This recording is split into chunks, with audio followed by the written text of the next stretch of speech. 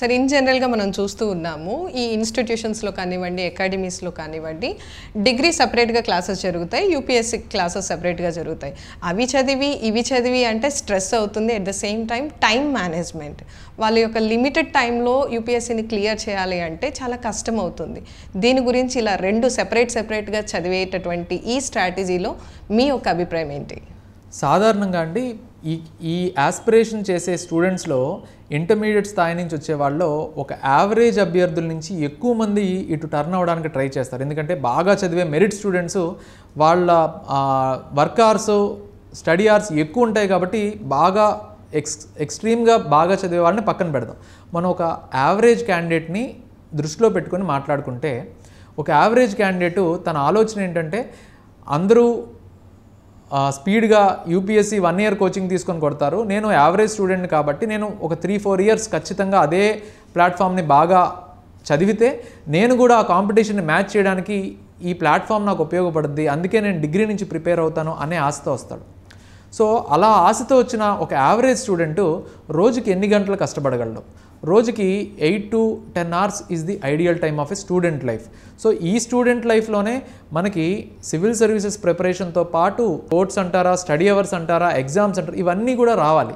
అవి రాకుండా డిగ్రీ చెప్పేస్తాము, యూపీఎస్సీ చెప్పేస్తాము, న్యూస్ పేపర్ ఎక్స్ట్రా చెప్పేస్తాము, అర్థమెటిక్ రీజనింగ్ పొద్దున్న 8 o'clock నుంచి సాయంత్రం 10 వరకు టైం టేబుల్ వేస్తామంటే స్టూడెంట్ లైఫ్లో ఇది పాసిబులా?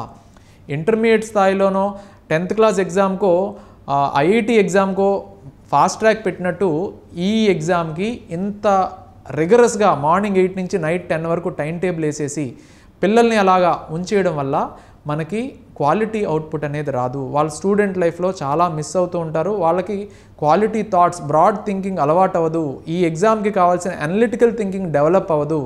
సో ఈ ఇన్పుట్స్ అన్నీ రావాలి అంటే పిల్లలకి స్ట్రెస్ తక్కువ ఉండాలి. ఆ లైఫ్ అనేది కరెక్ట్గా మనం ఒక ప్లాట్ఫామ్, ఒక కరికులం సెట్ చేసి వాళ్ళకి కావాల్సిన రిసోర్సెస్ అన్నీ ప్లాన్ చేసి ఇచ్చినప్పుడే ఈ ఎగ్జామ్కి మనం రైట్ డైరెక్షన్లో వాళ్ళని తీసుకెళ్తున్నట్టు వీలవుతుంది. ఎల్స్ పిల్లలు స్ట్రెస్కి లోన్ అవ్వడం కానీ, ఎగ్జామ్ స్ట్రెస్ కానీ, ఇటు డిగ్రీ ఎగ్జామ్స్ రాయాలి, ఇటు సివిల్స్ ప్రిపేర్ అవ్వాలి, ఆ సివిల్స్కి 3 సంవత్సరాలకి సరిపడా సిలబస్ అవుట్లైన్ ఉందా లేదా అనేది తెలియదు. సో కోచింగ్ సెంటర్స్ ఎలా చెప్తే అటు డివియేట్ అవుతూ ఉండాలి. కొంతమందికి డిగ్రీ ఎగ్జామ్స్లో మంచి రిజల్ట్స్ వస్తుంది, కొంతమంది డిగ్రీ ఎగ్జామ్స్లో తక్కువ వస్తాయి, కానీ అందరికీ మళ్ళీ ఒకటే క్లాస్ ఉంటుంది.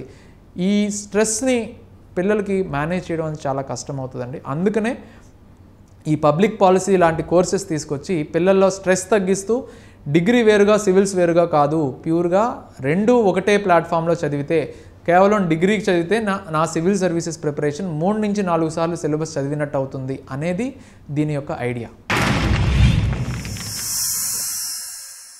Like and subscribe Eagle Media Works.